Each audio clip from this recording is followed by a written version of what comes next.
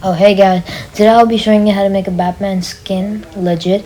It's really cool and I'm really proud of my creations. So let's see how I did the parts of the body. So I'm just gonna go in the armor and see. So the bat, it looks pretty cool, right?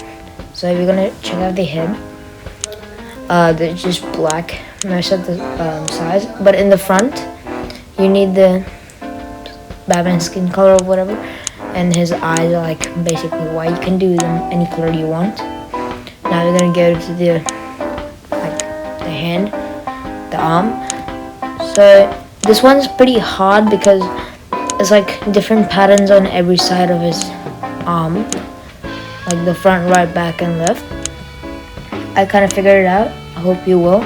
You can like take like screenshots and figure the patterns out.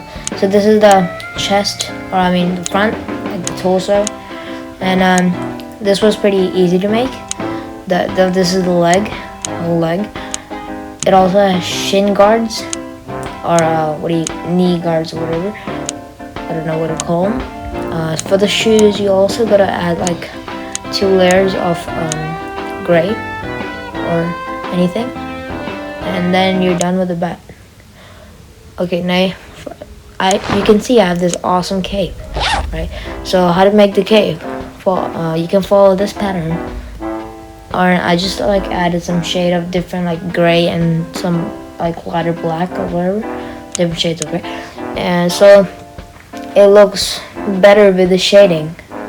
And it's just yellow and black bat sign or logo, and that's how you do the cape. You can do it in different colors if you want. Like, you can be more creative. This was just showing you how to do it, and that's it. That's how you make a Batman skin. And as you can see, he's looking pretty cool. Hope you can make it. I wish like a lot of people follow this, or just be more creative, guys. Okay, see ya.